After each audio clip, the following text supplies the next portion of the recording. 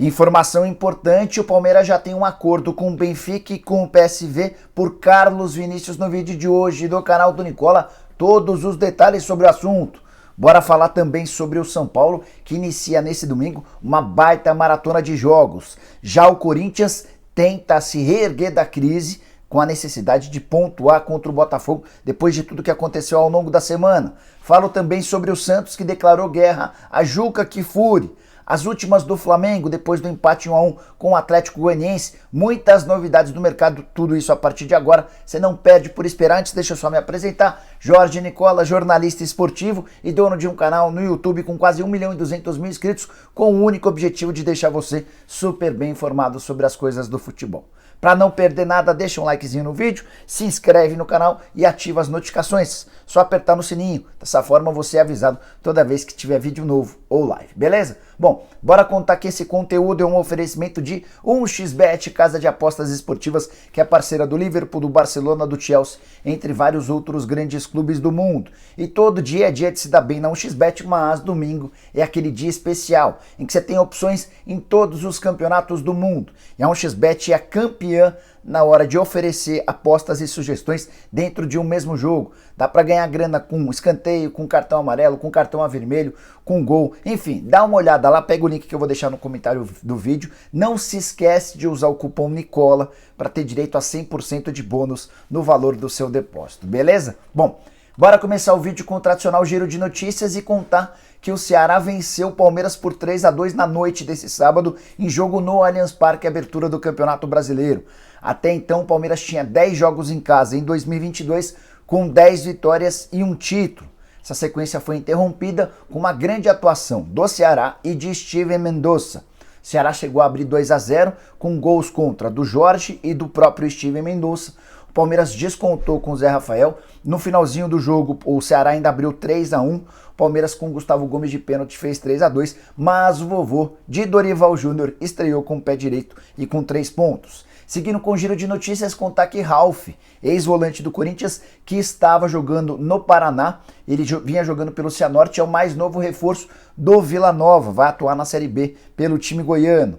Já Daniel Guedes, ex-lateral do Santos, rescisão do contrato aconteceu dias atrás, foi anunciado nesse final de semana como novo contratado do Cuiabá, vai integrar a primeira divisão do futebol brasileiro. E a última notícia sobre o mercado diz respeito a Bruno Mezenga, centroavante que participou do Paulistão pela Ferroviária, é o mais novo reforço do CSA, vai jogar a Série B do Campeonato Brasileiro.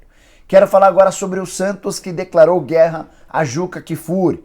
Jornalista que tem uma coluna no UOL escreveu nesse sábado o seguinte título: Fluminense 0, Ninguém FC 0, chamando o Santos de ninguém. O Juca quis fazer uma crítica à forma como o Santos se comportou, time que só se defendeu durante todo o tempo e esqueceu de atacar. Os torcedores do Santos foram os primeiros a se revoltar com o título. Foram muitos xingamentos e protestos nas redes sociais, que obrigaram o presidente Andrés Rueda dos Santos a se posicionar por meio de uma nota oficial. A nota dizia o seguinte, abre aspas: o Santos rechaça veementemente o texto publicado pelo senhor Juca Kfouri no portal UOL e exige um posicionamento formal do portal que abrigue essa coluna, com retratação e pedido de desculpas. Caso contrário, fica determinado que os profissionais do UOL não serão mais atendidos pelo clube até que as devidas providências sejam tomadas, fecha aspas. Em outro trecho da nota, o Rueda se refere ou fala a respeito desse assunto da seguinte maneira, abre aspas: o conteúdo é uma total falta de respeito com o Santos, que tem seu nome exaltado no mundo inteiro, e não permitiremos que um texto como esse não tenha consequências, fecha aspas. Acho que o posicionamento do Santos pode até parecer exagerado, mas faz jus a um título que chama muita atenção. De qualquer forma, com todo esse evento, deixamos de falar sobre a atuação ruim do Santos. Voltar com o empate do Rio de Janeiro era importante, mas o Santos não pode só se defender como fez durante os 90 minutos contra o Fluminense. É um Santos que segue muito ameaçado de rebaixamento, embora 2 dos melhores jogadores do Santos em campo sejam reforços. Gostei bastante da atuação do Maicon, ex-zagueiro do Cruzeiro, e do Rodrigo, volante que foi contratado do futebol paraguaio. Bora falar agora sobre o São Paulo, que vai enfrentar uma baita maratona a partir desse domingo. Tricolor que recebe nas próximas horas o Atlético Paranaense no Morumbi. Depois ainda tem jogo contra o Everton do Chile, Copa Sul-Americana dentro de casa, e a partir daí inicia uma sequência de 4 partidas consecutivas como visitante. Do dia 10 de abril, hoje, até 11 de maio serão 10 jogos, ou seja, 30 dias, 10 partidas, 3 torneios diferentes. Copa do Brasil, Brasileiro e Sul-Americana. 4 estados pelo país e mais 2 países vizinhos. Essa maratona ainda vai ter algumas curiosidades. São Paulo vai até o nordeste do país, num lugar bastante ao norte. Lá é para jogar contra o Fortaleza, e vai bastante ao sul, na América do Sul, para enfrentar o Everton em Vinha del Mar, que é uma cidade no Chile. É legal contar que depois de enfrentar o Atlético Paranaense hoje e o Everton em casa, os 4 jogos seguintes na condição de visitante são contra Flamengo no domingo, Juventude, Caxias do Sul na semana seguinte, Caxias do Sul e Juventude Copa do Brasil, o Red Bull Bragantino Campeonato Brasileiro e o Jorge Wilstermann pela Sul-Americana. 4 partidas em sequência como visitante. Tricolor que fechou nesse sábado com o André Anderson, já contei para vocês, meio-campista de 22 anos de idade, chega de graça, fica até a metade do ano que vem por empréstimo. Se o São Paulo quiser comprá-lo, vai precisar desembolsar 3 milhões de euros ou mais ou menos 15 milhões de reais. Jogador que tem tido pouco espaço na Lazio, mas que sempre foi tratado como uma grande joia. Bora mudar de assunto e falar um pouquinho sobre o Flamengo, que empatou em 1-1 com o Atlético Goianiense na noite desse sábado, estreia do Campeonato Brasileiro. Só uma vitória nos 6 jogos que o Flamengo fez contra times da primeira divisão nessa temporada. Isso inclui adversários do Rio de Janeiro durante o Campeonato Carioca.